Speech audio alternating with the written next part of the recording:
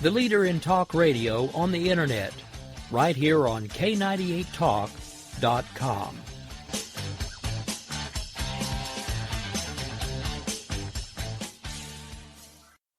If you want to work until you keel over, have less of everything in retirement, or give back more of your hard-earned money to the stock market again, then just ignore me. But if you'd like to protect the money you save, receive a steady, predictable retirement income, and enjoy financial security for as long as you live, then listen to this. You can download a free report that reveals the wealth-building secrets Wall Street and the banks don't want you to know. You'll learn how you can get guaranteed growth, safety, and real prosperity without risking your money in the Wall Street casino, and how to get the money you need when you need it, simply by asking for it. This is the best way to have a 100% secure retirement and know your money will last as long as you do. To learn more about this method and to get your free report, go to 29security.com. That's the number 29security.com. 29security.com. Go to 29security.com.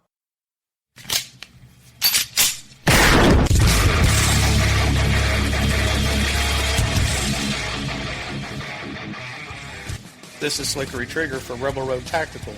With proper care and feeding, your pistol will be ready when you need it, there to save your life. Shouldn't your gear be that good? Whether you need a holster for comfortable everyday carry or a tough-as-nails holster for your next training course, Rebel Road Tactical has what you need.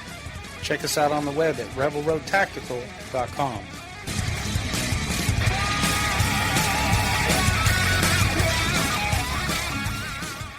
Tired of paying outrageous prices for Viagra? Well, we have great news for you. Now you can finally get Viagra at huge discounts. Healthy Man allows you to save up to $500 on Viagra. Why pay U.S. pharmacy prices of $15 per pill or more when you can get Viagra for less than $3 a pill? Call today and get 40 Viagra pills for only $99. This can cost as much as $600 at your local pharmacy. You can't afford not to call us. If you want Viagra at the lowest prices, never pay $15 a pill pharmacy prices again. Get Viagra for less than $3 a pill. Call 1-800-516-7602 today and save up to $500 and get 40 pills for just $99. Healthy Man is fast, easy, and affordable. Operators are waiting at 1-800-516-7602 to take your call right now. Call 1-800-516-7602. That's 1-800-516-7602. Again, 1-800-516-7602.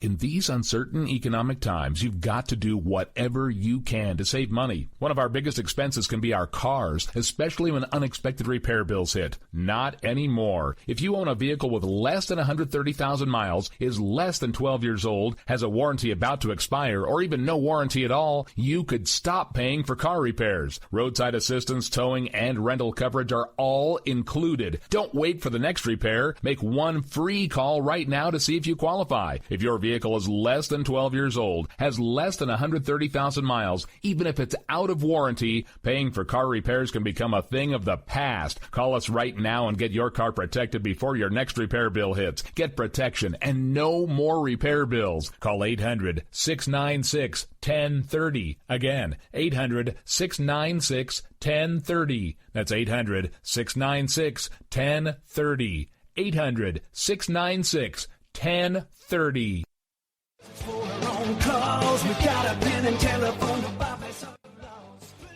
Alright folks, this is Rick Robinson with you. I want to tell you about some friends of mine from a company called Security Enforcement Specialists. When I ran my security agency for 12 years, I worked with one of these partners on a daily basis. He's been involved in this agency now, and with his other partner, they do have over 30 years of experience in the private security industry. If you own a business and you need someone to keep you or your customers or residents safe, then I highly recommend contacting Security Enforcement Specialists today.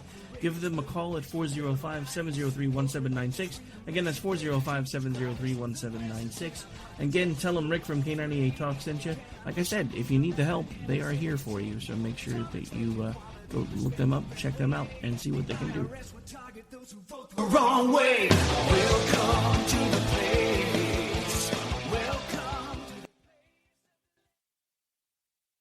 Joe had huge problems with the IRS. I knew it was coming. I hadn't filed taxes since 1990. All the IRS letters coming in added up to a nightmare. To get up to like $68,000, my heart started beating fast. It's like, there's no way, man. I mean, I ain't going to be able to do this. Then they stopped his paycheck. So that's when I started making phone calls and found U.S. Tax Shield. U.S. Tax Shield went to work immediately. They just took the bull by the horns. What blew my mind is he called the IRS right then and there. So why is U.S. Tax Shield A+ rated with the Better Business Bureau? Joe knows. They saved me a ridiculous amount of money. If you owe more than $10,000 to the IRS or state, choose the company Joe chose, U.S. Tax Shield. It was the best decision I made. U.S. Tax Shield is the way to go. Life is good. Thank you, Lord.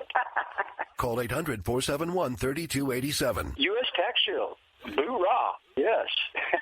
800-471-3287. 800-471-3287. The Internet will never be the same. You're listening to K98Talk.com. Good God, y'all. What is this good for? Absolutely. Let's get started.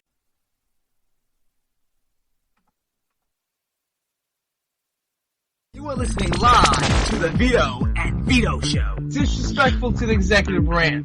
I would remind you that extremism in the defense of liberty is no vice. Don't sign the damn deal, and the president will... Therefore, I do not believe that the majority can vote a man's life or property or freedom away from him.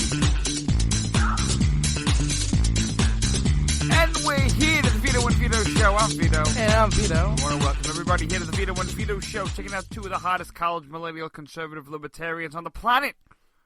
Here at the Vito and Vito Show, I'm Vito again, and that is Vito, and we are here breaking down the Vito and Vito Show. Vito, what are we listening to?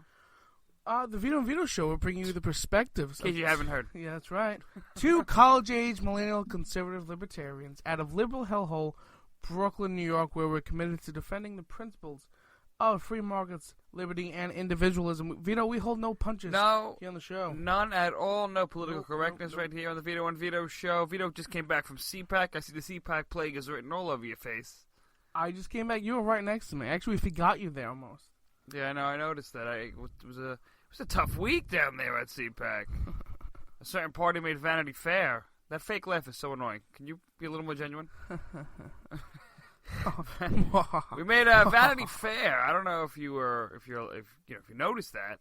It was this hot tub party that we happened to attend. Some would say we even put together or help put together.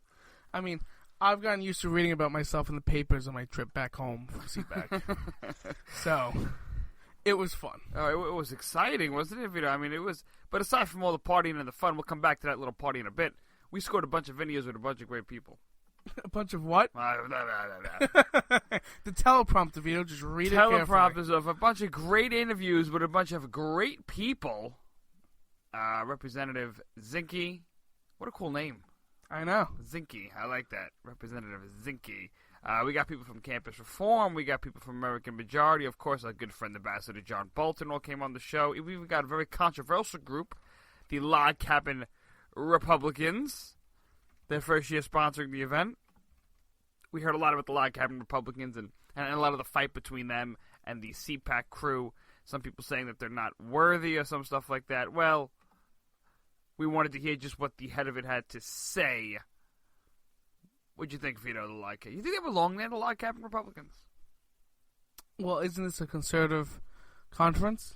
Yeah, I'm of the impression. Are they conservatives? Yeah, I'm of the impression that I don't really care what they are. I don't care if they're black, straight, gay. It doesn't matter to me. I encourage the diversity.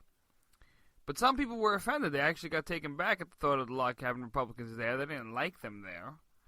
They said the Log Cabin Republicans are not reflective of what conservatives stand for. A lot of conservatives are for traditional marriage. I'm a libertarian. I don't really care. To me, I think marriage should be private altogether. I think Vito is a totalitarian Nazi who thinks that nobody should get married. He believes in single people for the rest of their lives. Now, I've taken the point where it doesn't really matter. It doesn't really matter. I don't care straight or whatever. I don't really care. If you're at CPAC and you're fighting for limited government, we encourage you. But we do have some issues with the log cabin Republicans. I'm going to talk about that in a bit. Not because they're gay, but because they want to use government protection in order to create themselves as a protected class. We spoke to the head of him, Gregory D'Angelo, going to have more with that interview coming up later on in the program. And, of course, our good friend Van Hip, author of The New Terrorism. Go out and buy that book, will you? Guy's great. Van Hip, great friend of ours over at the show. We encourage you for coming back on. But, Vito, let's talk about this party for a bit before we start playing our interviews. It's going to be a chock-full show of CPAC interviews. Here's a quote from Vanity Fair. Ready, Vito? Hit me. Ready? It's a sentence, but it's good. An unnervingly, disgustingly legendary hot tub party was in Suite 4101. Wait. I stayed at 4101. Oh, look at that. So did I. We are part of, apparently, a very disgusting, legendary hot tub party. That's just how I want to be described. Isn't that just how I want it, right? Disgustingly legendary. I mean, rewind a That's what your couple years girlfriend ago. calls you, right? Thank you. Yeah. Oh, rewind a couple years ago when there was something else happening in one of those suites that we stayed at, where we also made Slate, Huffington Post, Breitbart, even in the UK, Breitbart UK. My British friends across the pond. Cool. Yeah. Well, some cool stuff. Speaking of British friends, shout out to Paul Weston and the Liberty GB party. GP, excuse me, Liberty GP party. GB? For Great Never mind. Britain, hence Great Britain. Sorry, Liberty GB. They're fighting Islam over in England. We were able to hang out with Paul Weston and Jack Buckleby? I don't remember. He looked like Harry Potter and spoke like Ringo Starr. You know what? They're fighting Islam overseas. They talk about the totalitarian nature of Islam. Donald Trump coming out the other day saying that Islam in and of itself is a problem. He thinks that Islam hates us, and he's pretty much right on the nose about that. So shout out over there to our fellow fighters against the Islamic ideology of jihad. We encourage them and we wish them lots of luck. All right, enough blabbering here on the show, Vito. We already settled up that we're pretty much disgusting and filthy. Let's do this right now. Let's go ahead and play our first interview by Ambassador Bolton that we did. One of my favorites, our good friend of the show, Ambassador John Bolton, right here on the Vito and Vito Show. Vito and Vito here with Ambassador John Bolton. Good morning, Ambassador. Good morning. Glad to be with you. He's such a kind person, isn't he, Vito? Yeah, a couple interviews with him already. One of my favorites. There you go. John Bolton, I have a question for you. Now, the presidential race is heating up. Donald Trump, Ted Cruz, carpet bombing. We hear all these terms left and right. What is the best U.S. strategy to defeat ISIS? Well, I think that ultimately what we need is American leadership of a coalition of Arab nations, the Kurds, the Turks, to whom ISIS is also a threat. But it is going to require American leadership because I think these other parties, as affected as they are, can't work together to achieve it. And it's going to require American boots on the ground. We shouldn't blink at the reality here. We need that both to show our own commitment and also because we've got capabilities that they don't. Let's be clear. There are already American boots on the ground. There are 3,500 or more American advisors in Iraq, some unknown classified number in Syria already. They're not wearing Gucci's. They're wearing boots already.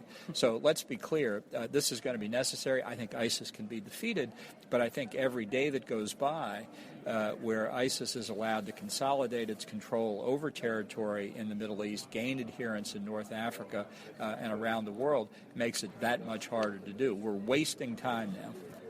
Well, which candidate do you think best fits this plan to defeat ISIS? Well, on the Republican side, I haven't endorsed anybody yet, and I don't rule it out, but I've tried to be available to anybody who wants to talk to me. I would say this, even if we're down to 4 candidates now, if you take all of them together and compare them with the likely Democratic nominee, Hillary Clinton, likely at least assuming she doesn't get indicted, there's a chasm between the Republicans on the one hand and Hillary on the other. Of course the Republicans disagree in some cases on significant issues, but I think their worldview is so different from Hillary's, which is the clone of Obama's worldview. And I'm just so concerned that after 7 and what will be 8 years of Obama, 4 more years of that policy under Hillary or Bernie Sanders or Joe Biden will be very, very dangerous for the country.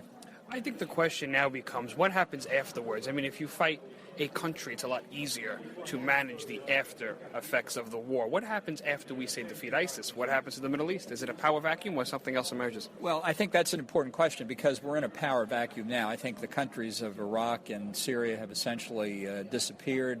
My solution, which I proposed in the New York Times a couple months ago, was to create a new state out of basically western Iraq and eastern Syria that would be a Sunni, hopefully more secular government. But the Sunnis who are now supporting ISIS are doing so in many cases not because they really think ISIS is the way to go, but because they don't intend to be ruled by the Shia-dominated government of the Iranian dominated government in Baghdad, and they don't want to go back under Assad in Syria. So they need some alternative. They need an incentive to fight against ISIS. I think that's the way to do it. It's very complex. That's part of the problem under Obama is that all across North Africa and the Middle East, the region is descending into chaos.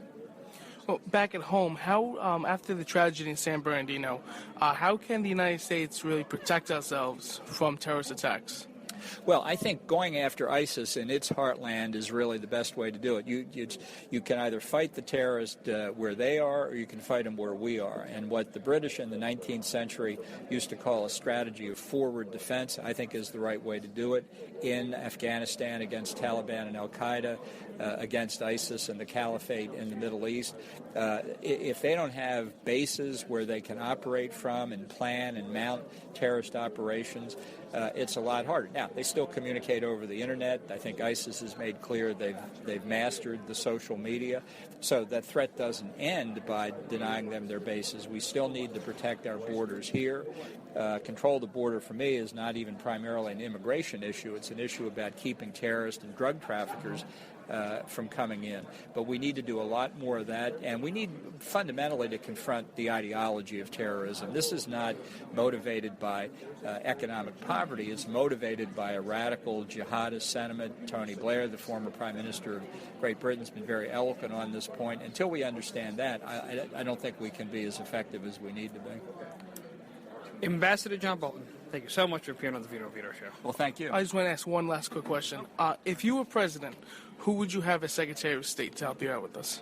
Well, that's a good question because, I thought about running for president and then decided not to. But, look, there are a lot of good people. I think it's an honor to serve the government. And I think the new president on the Republican side will have a real opportunity to put together a very powerful administration. There's a lot of work that needs to be done.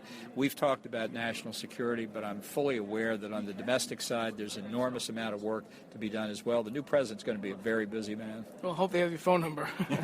Thank you, Thank you so much. And that was Ambassador John Bolton here, the Vito and Vito Show. Good friend of ours over at the show. I decided to leave in that little tidbit. When I basically ended the interview early, would have Vito. He had a question that he had to ask, and I kept it going.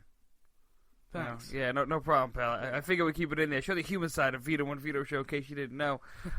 I think the most important part about that whole interview is that the ambassador's talking about effectively you have to defeat the ideology of Islam, and not just the battle. It's not just a war. This is a battle of ideas. Rubio called it a clash of civilizations, and he's 100% right when he talks about that. It is a clash of civilizations. Trump being the only candidate to come out and talk about banning Muslims, certainly when he finds out what the hell is going on. I can't really disagree with him. I agree with the Muslim ban, even though I'm a Ted Cruz supporter. I support Cruz all the way. But I'm telling you, Vito, fighting an ideology, that is the key here. And Ambassador John Bolton, that's why he gets paid the big bucks and such a nice mustache, because he knows where to stand. Absolutely. I like to see him in helping out the administration come 2017. Whoever gets into office. I could see him on the Bernie administration. Great. Yeah. Great. I was hoping more of a Republican side, but either way, he should be definitely in there. I mean, Ted Cruz even proposed banning immigration from terrorist-linked countries. So, the guys on the right have the right message. I think Ambassador Bolton has a way. He knows what he's doing, and I think he understands a way to defeat ISIS. So do some of these Republican candidates. Yeah, no, I'm telling you, he's great, and we'd love to have him back on. We'd love Ambassador John Bolton, and I'm sure we'll see him around. But here's another guy we really like, Representative, the Honorable Ryan Zinke, out of Minnesota, correct? Yes, former Navy SEAL commander. Oh, look at this. Well, I know you got a chance to interview him. You had a one-on-one exclusive interview with Mr. Zinke. That's right. So let's go ahead and let's play that interview right here on the Vito and Vito Show. Vito and Vito here with Representative Zinke from Montana, former SEAL.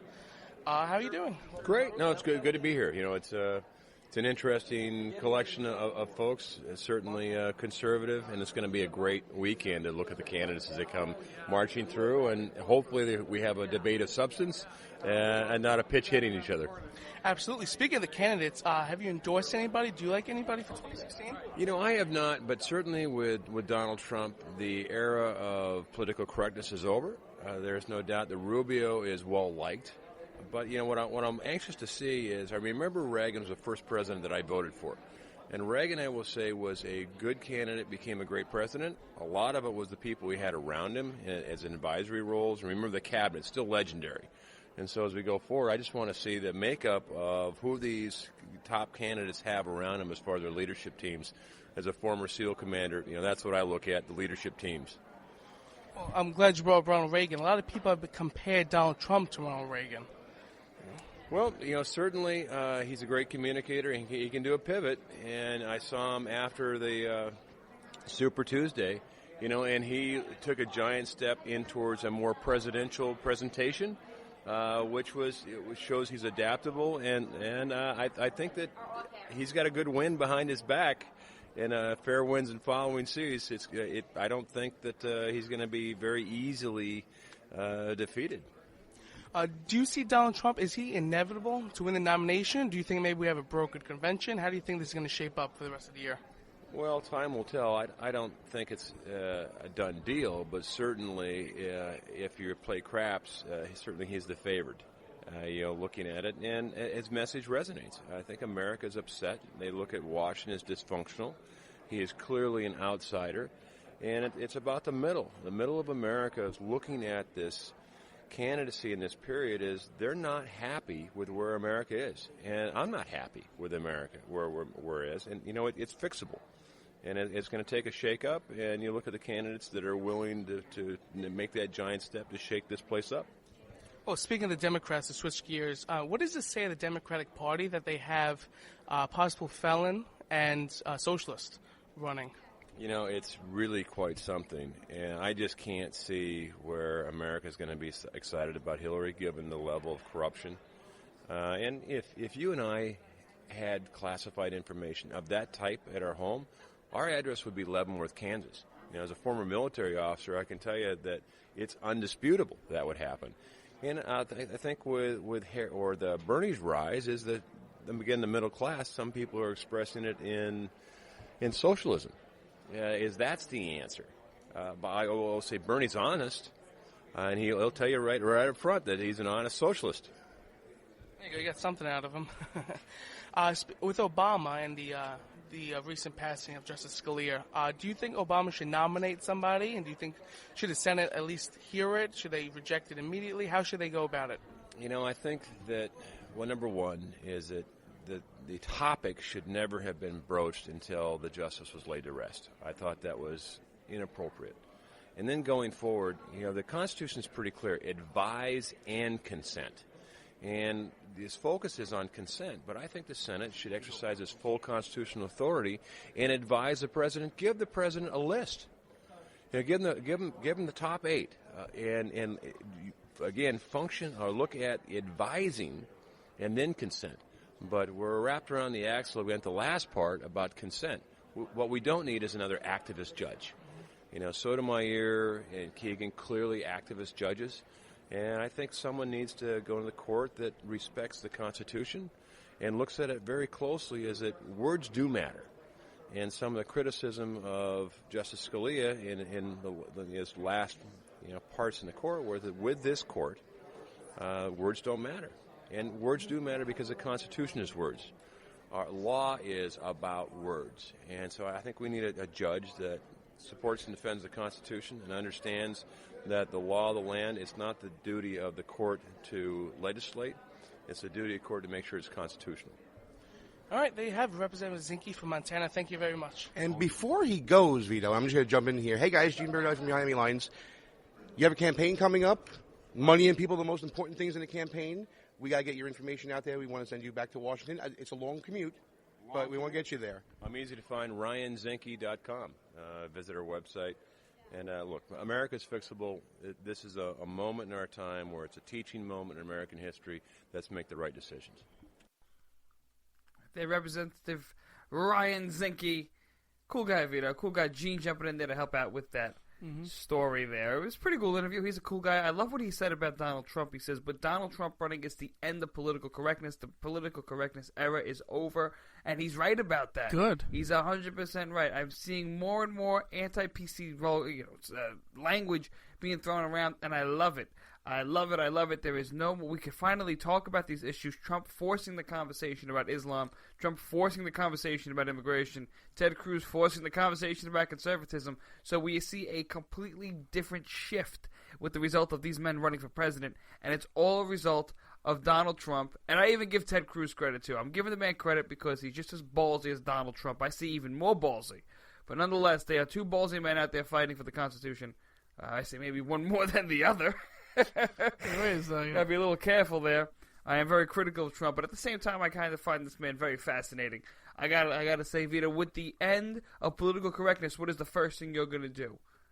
I'm going streaking. You're gonna go streaking, and I'm gonna go ahead and drive around my car with a big stereo system blasting Andrew Dice Clay jokes. When we return into the Vito and Vito Show, Van Hip, campus reform, and more right here on Vito and Vito.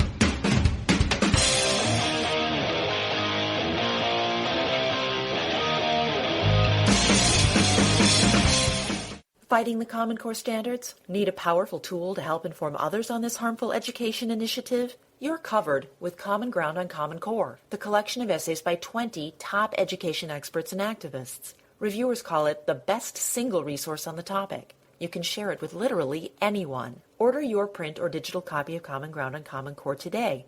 Just visit resoundingbooks.org. That's resoundingbooks.org. And get $2 off when you tell them Vito and Vito sent you. Paid for by Resounding Books Pack. So what is behind enemy lines anyway? This is the true story of two friends living in the People's Republic of New York City who work together and have their conversations taped to find out what happens when conservatives stop being politically correct and start getting real. We are Behind Enemy Lines. Watch your wallets. Thursdays at 1 on WNJC, part of the Conservative Commandos Radio Network.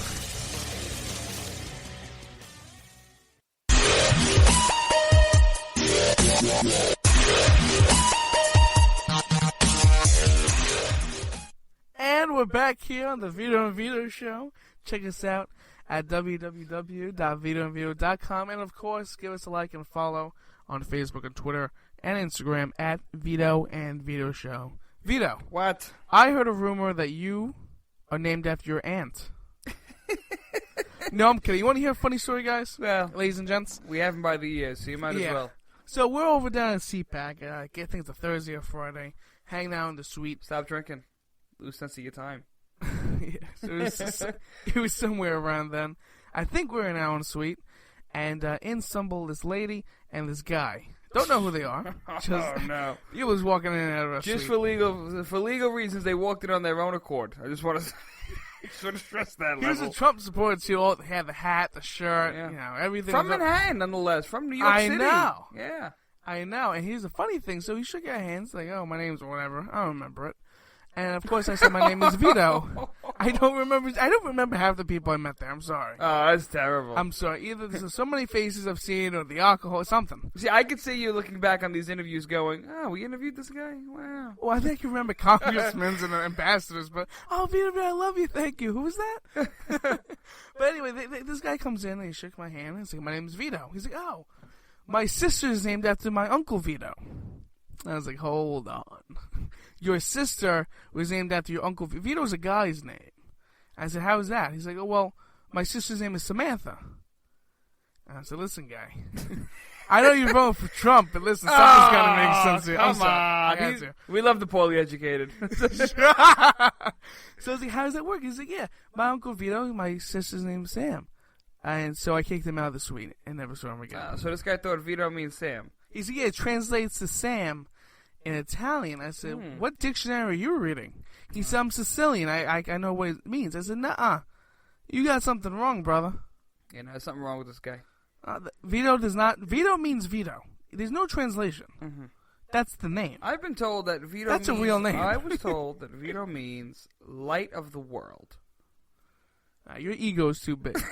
Let's play an interview here with the Log Cabin Republicans and then come back and talk about what I have wrong with it right here on the Vito and Vito Show. Vito and Vito here with Gregory Angelo from the Log Cabin Republicans, a controversial group here at CPAC, but he's a good guy, a stand-up guy, and I want to welcome him on the show. Welcome to the show. Thanks very much for having me. I dispute that we're a controversial group. Some folks might think that, but what I hope is that by the time all is said and done at this year's CPAC 2016, people see there's a lot more that unites us than divides us. That is 100% right, so I'll take back what I said, because he's a little politically correct, so he's got to be a little careful around I Greg. don't know about that. If you're a gay Republican, you're not really politically correct, but there's other words you might use to describe me. Politically correct, I hope wouldn't be one. All right, well, let me ask you a question. So I'm diplomatic. I like that. We're diplomatic. So now, how do you intend to grow the party, make it more inclusive, and allow gay people into the Republican Party? By doing exactly what we're doing here at CPAC. There's a misconception among people about log cabin Republicans, many on the gay left, and I would say a lot of the people in the conservative movement, that we're just a single issue organization. And people might assume that, given that we advocated for marriage equality, and that's where a lot of the attention has been, especially in the media, over the course of the last 3 years. But, for example, we are the only gay advocacy organization to advocate for full repeal of Obamacare.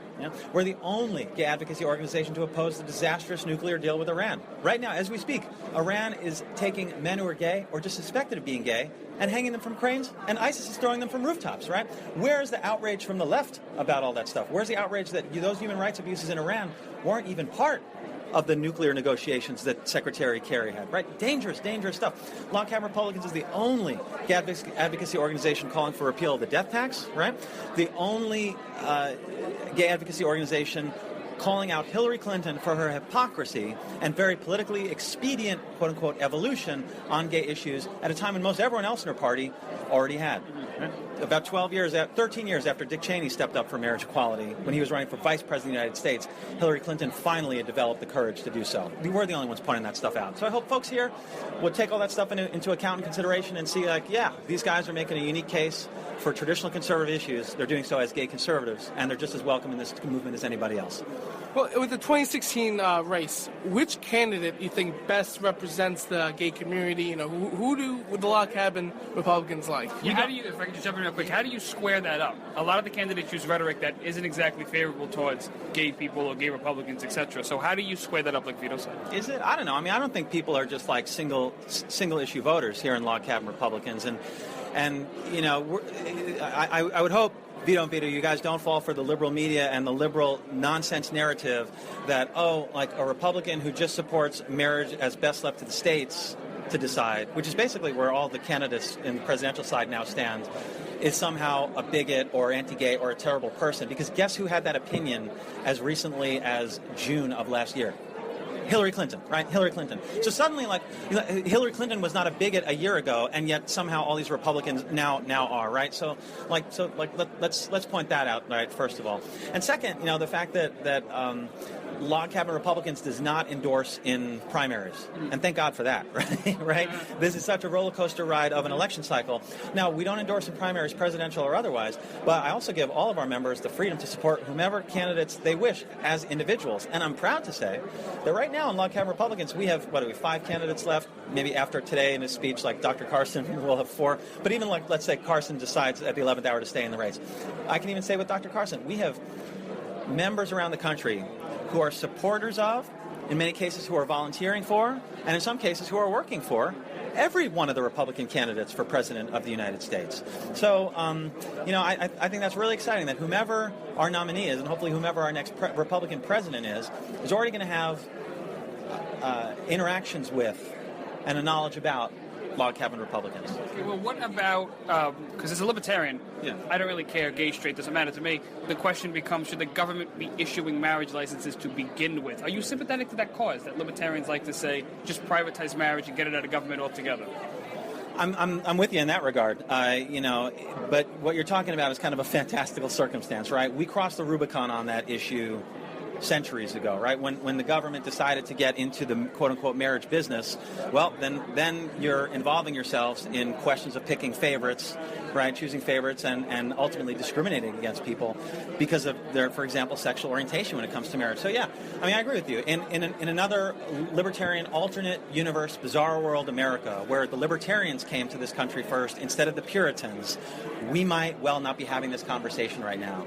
And while it would be great to go back into a time machine or to go to this fantasy world, that's not the reality we live in right now. I live in that reality that marriage exists. It's an institution that the government has chosen to involve itself with, and I don't see our government abolishing all marriages, let alone same-sex marriages.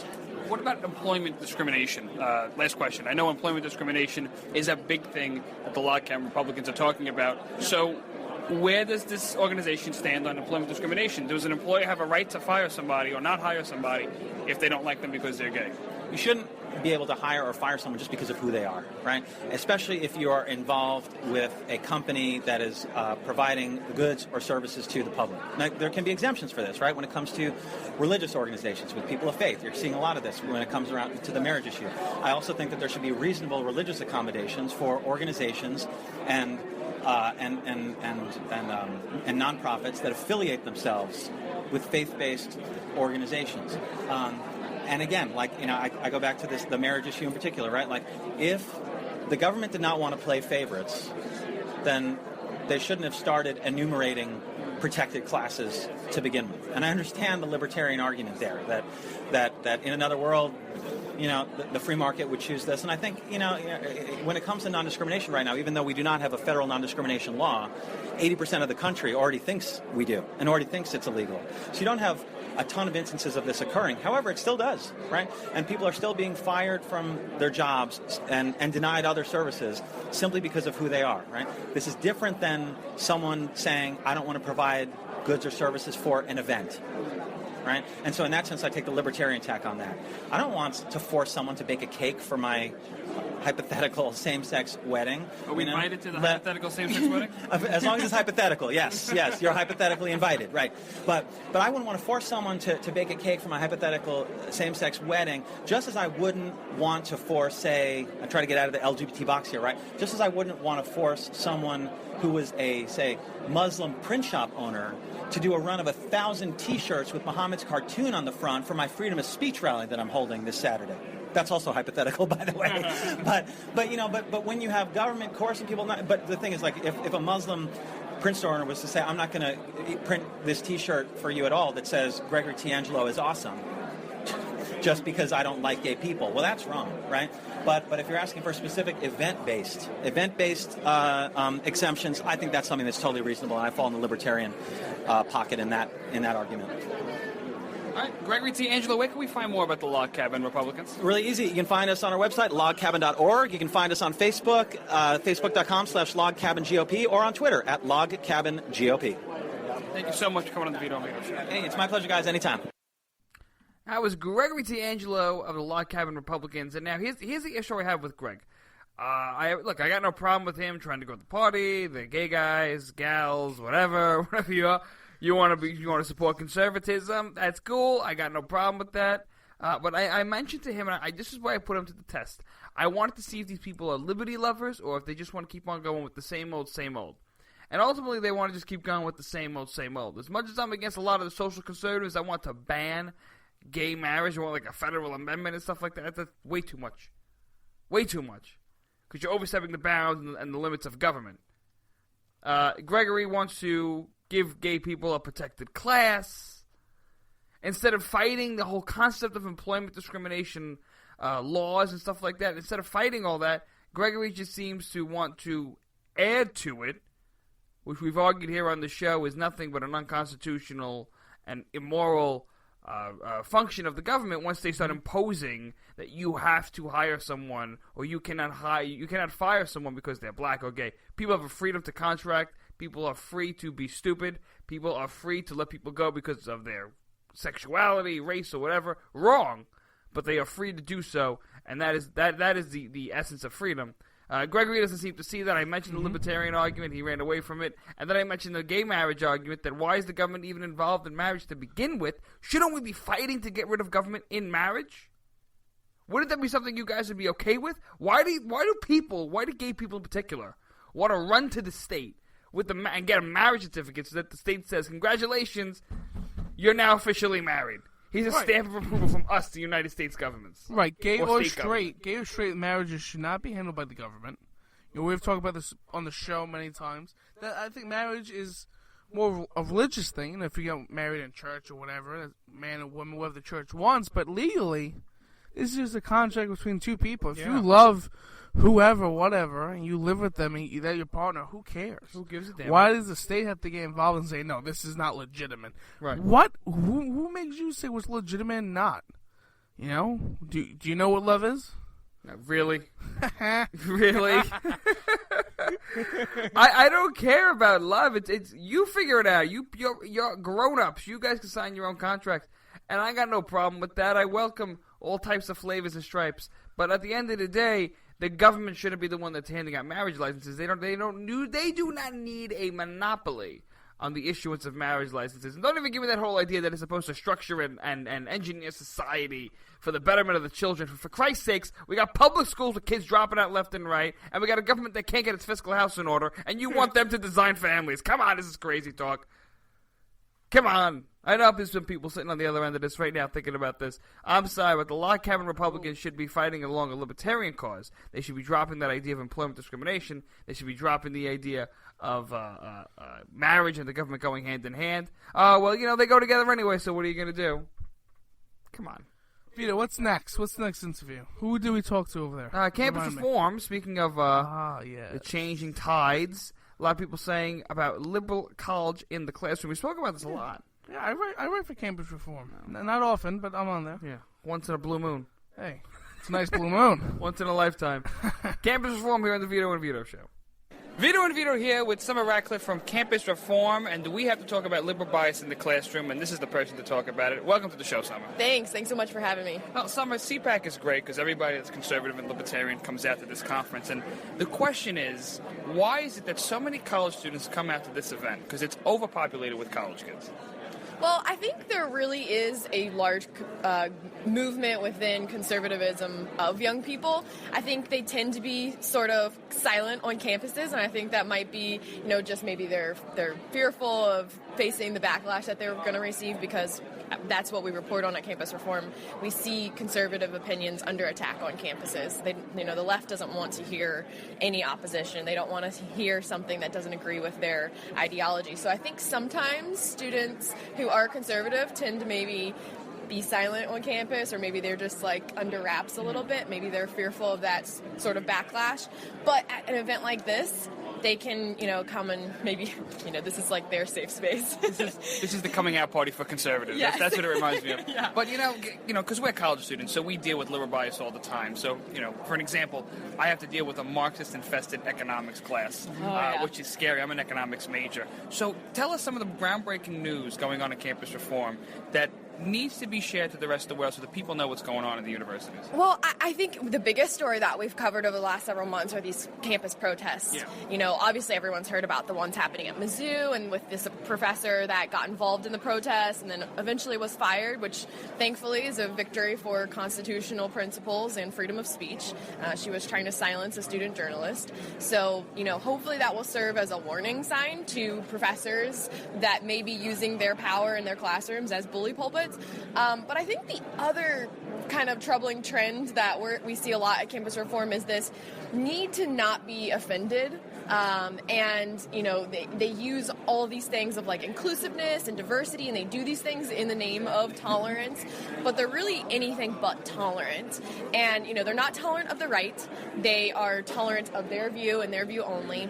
And it goes so far as to where now students, actually just this week at Bowdoin College, students are actually, who are on the student government, facing impeachment because they attended a tequila-themed party. And that's quote-unquote cultural appropriation. They were drinking tequila and wearing sombreros and whatnot. So now they're facing impeachment. So potentially losing their position on student government. And that seems like maybe not a big deal to people who are not in college, but it really does leave a lasting impression on a student if something like that happens to you. And it does kind of tarnish your name, and you lose a position like that, and you're certainly not going to be able to run for student government again. So these small things tend to happen, and it's always in the name of tolerance and diversity. And that's kind of a troubling trend that we see a lot at campus reform. Yeah, I mean, I see a lot of that, and he does as well, Vito. He goes to Brooklyn College, home of Al Sharpton and Ernie.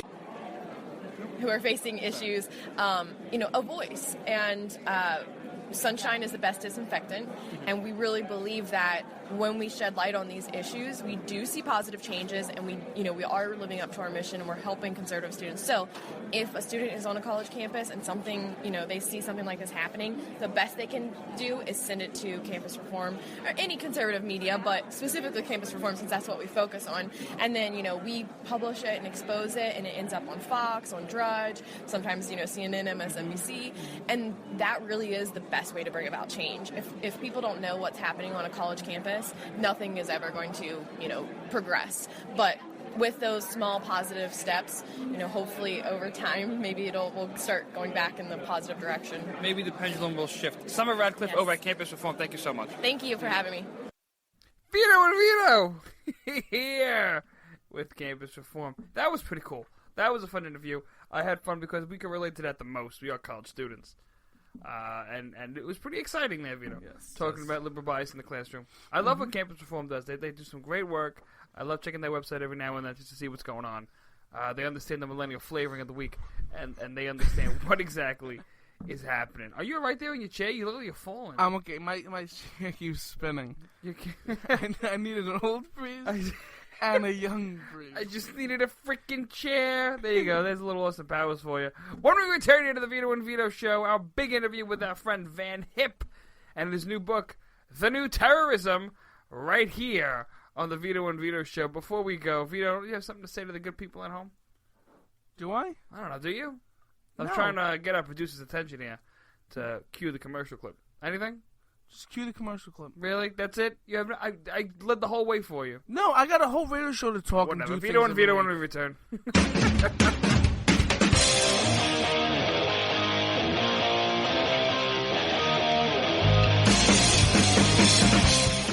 Fighting the Common Core standards? Need a powerful tool to help inform others on this harmful education initiative? You're covered with Common Ground on Common Core, the collection of essays by 20 top education experts and activists. Reviewers call it the best single resource on the topic. You can share it with literally anyone. Order your print or digital copy of Common Ground on Common Core today. Just visit resoundingbooks.org. That's resoundingbooks.org. And get $2 off when you tell them Vito and Vito sent you. Paid for by Resounding Books Pack. So what is behind enemy lines anyway? This is the true story of two friends living in the People's Republic of New York City who work together and have their conversations taped to find out what happens when conservatives stop being politically correct and start getting real. We are Behind Enemy Lines. Watch your wallets. Thursdays at 1 on WNJC, part of the Conservative Commandos Radio Network.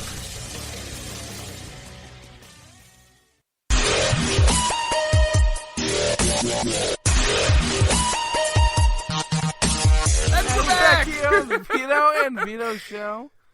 That's right, Vito. Check us out at the website, www.vitovito.com, if you didn't hear that already, because you have to check out the website. That's the most important thing. All right? Unbelievable. Give us a follow on Facebook, Twitter, and Instagram at Vito and Vito Show, www.vitoandvito.com. Vito, I don't want to waste any time here. It's a big interview, but it's the most insightful Stop one. talking. It's the most insightful one, I think, out of the entire CPAC episode. Van Hip, his new book, The New Terrorism, right here on the Vito and Vito Show. I gotta go get a drink. There's something in my throat. You can all figure it out. Have a laugh as you listen to Van Hip. Vito and Vito here with Van Hip.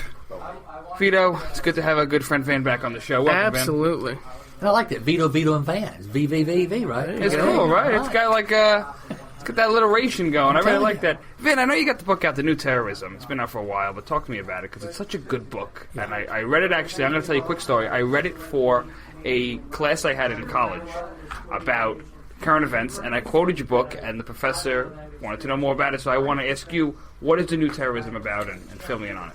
Well, the way I describe the new terrorism, I guess the best word is dispersion and how it's changed. But it's radical Islam. We did here at CPAC, I was the moderator of the Fighting Against Radical Islam panel. Mm-hmm. And here, I say that today, and with our book, what I did was, I was encouraged by a late friend of mine who had worked for President Reagan. And he said, we got a lot of books about Iran and North Korea, and those are topics I've written about over the years.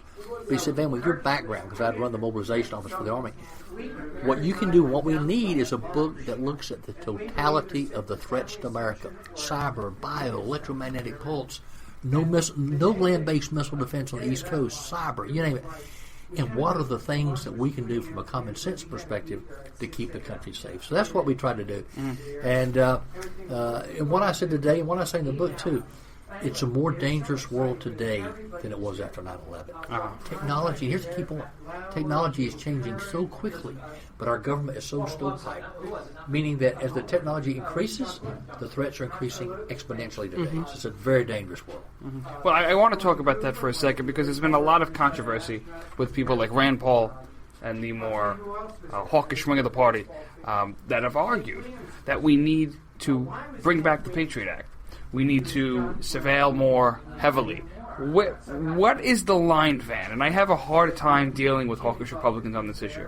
What is the line between the protection of rights in the Fourth Amendment and security? That's a good question. And what I have said, I mean, I'm one who, and I have a whole chapter in the book, if you're calling open source intelligence, I think there's so much more open source stuff out there that we're not even getting to. That I think can bring people together. You know, I was the first person, and we talk about this in the book, I was the first person in the United States to reveal that the Iranians were on the ground in North Korea in 2012, helping them with a nuclear test, helping them with their ballistic missile test. It had not been reported on any news outlet in America. Why? Everybody here, including our intelligence folks, going to Google doing searches. Well, Google only gives you the most popular searches. It doesn't do a deep dive. There's so much open source stuff we're not getting. I went to a university in Sweden and said, can you do a search for me in Farsi? And guess what I found? Pictures of local Iranian newspapers showing them on the ground, helping them with a ballistic missile test. The reason I tell you that, there is so much open source stuff that we can be getting that we're not getting. And I think that's something that would bring together the Rand Pauls and the more of the hawk types together. Yeah, I mean, because I think it's an interesting question. The protection of liberty has to be, I think, a number one bulletin here for anybody comprising a foreign policy strategy. But Van, I want to talk about the panel that you were on today about radical Islam. We've taken here on the show the position. I like to take this position because I like to yell and scream and argue a little bit more than the average folks out there. But I take the position that Islam itself is an evil, dangerous religion. Ideologically speaking, it is a dangerous religion. It's not a religion based on individual rights. And ultimately, that is the scariest part. That is the cultural war that we're facing right now. Is that true, Van, in your opinion? Hershey Ali was one of our panelists today, and she talked about the Muhammad, I think, before he went to, was it Medina, the one after, and comparing and how he had changed and how he needed to understand the culture. I think the danger, what we have to be careful of, is there are some, there are like 1.6 billion Muslims in the world right now. We can't declare war against all of Islam. But when I see reform Muslims like King Abdullah of Jordan, somebody who I have personally known, I've known him back to when he commanded the Jordanian Special Forces, great guy. When a guy like that comes to our country and says, your State Department, the Obama administration won't give me the tools that I need to take the fight to ISIS or radical Islam, something's wrong. So I want to work with reform Muslims like King Abdullah. I don't think we've done enough on that, and quite frankly, our administration, in addition to throwing Israel under the bus, has thrown people like King Abdullah under the bus. I mean, ultimately, what you see is, I think the conversation needs to be had in the classroom, or some type of philosophical setting, because right now the issue is Islam, because the ideas are what's fighting ISIS. That's what's fueling them, and I think that is the scariest part right now. But ultimately, I don't think anyone's saying that all Muslims are evil. I think the question is, or the statement is rather, that Islam, if you just look at the text, at the teachings, there's something that does not connect and compromise with Western civilization and the notion of rights. And I think that's something that needs to be said. Ayaan Hirsi Ali today and Congressman Steve King were talking about. We've got to look at how do we deal with the whole cultural aspect of Islam, and that's why I've been an advocate over the years of something called Al-Hurra, which we haven't heard much of lately, but our State Department started this under Bush. It was a good thing to expose people in the Muslim world, young kids, to Western values and Western ideals. We need to do more of that. But one thing I just remember something when you were talking earlier on Rand Paul versus the Hawks and we're talking about the Fourth Amendment, things like that. Something I came up with, and it's in my book, and I wrote an article recently about it for Newsmax, and it's this.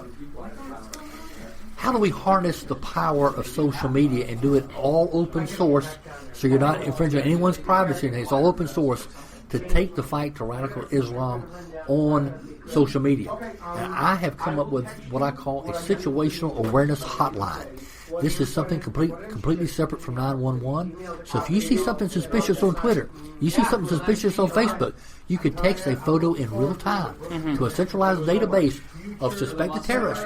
If we connect the dots, we could thwart a terrorist attack or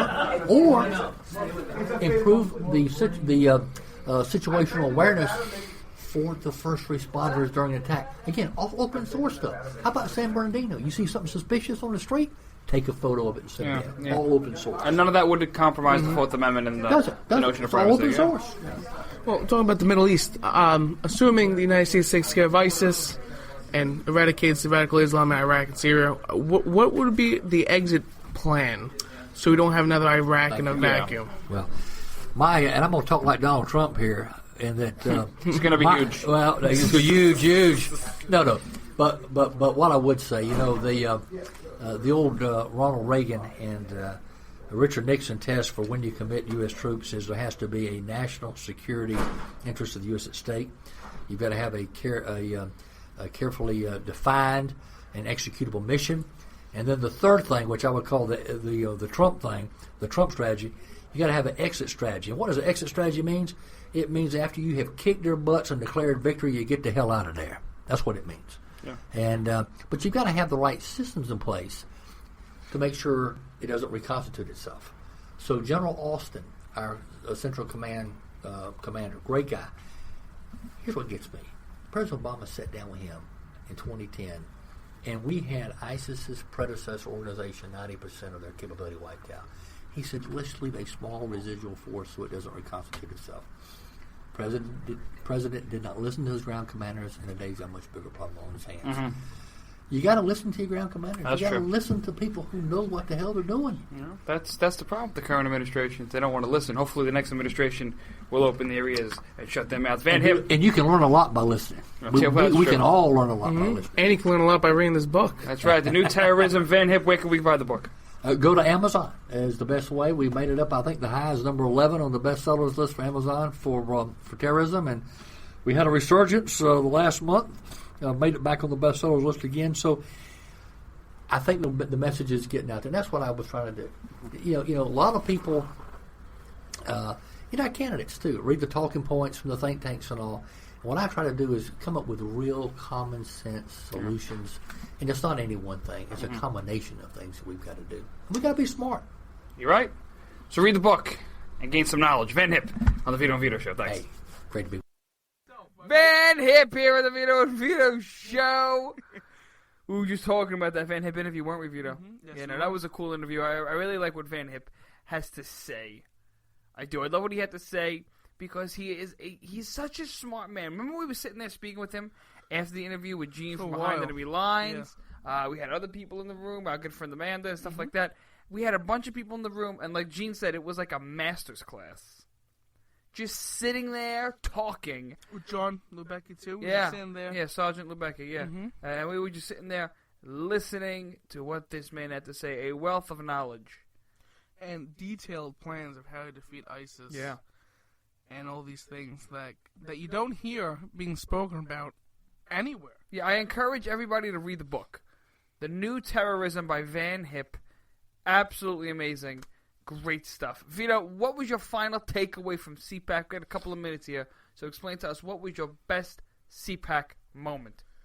I think one of them definitely was what we were just talking about, just sitting there. I didn't say a word when Van Hip was talking with Sergeant Lou Becky and Gene. I was just listening and taking all this in, because you don't hear about this in politics, on the debate stage, with Fox News, anywhere.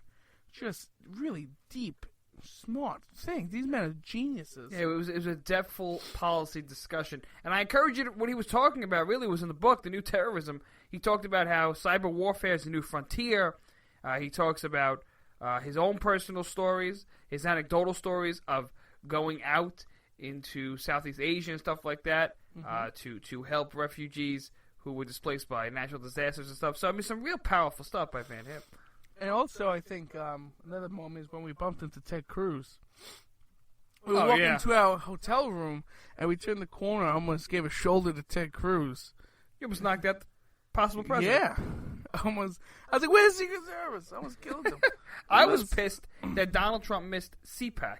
He pulled out at the last minute. I know. He pulled out, and that made me mad out of all things, because here's a guy should be courting conservatives, and he walks away from one of the biggest things of the year for the conservative movement. I mean, Marco Rubio threatened not to go. Right. That trended. That was huge news, and he finally went. He pressured into it, and then Donald Trump says he's not going to go, and nothing touches him. Nothing touches the Donald, and that it's what bothered me the most about Donald Trump is that man should have showed up. He should have showed up at CPAC. He didn't, and if you're a conservative and you want to know why you're voting for Donald Trump, this is one of the reasons where you have to start questioning the man's loyalty to the cause. Because if he's not willing to show up at the Conservative Political Action Conference, there's a problem. If Marco Rubio is not willing to show up at the Conservative Review Conference, there's a problem. Why is it only that Ted Cruz shows up to all these conferences and makes time to go back on the stump, on the campaign trail, and only trailed to Donald by about 100 delegates? And I think Ted Cruz was at CPAC for a Young Republican event the day of the debate. Yeah. So we went back and forth. It was great. Listen, Vito and Vito wrapping it up. When we return here next week, more talk, delegate count here on the Vito and Vito Show.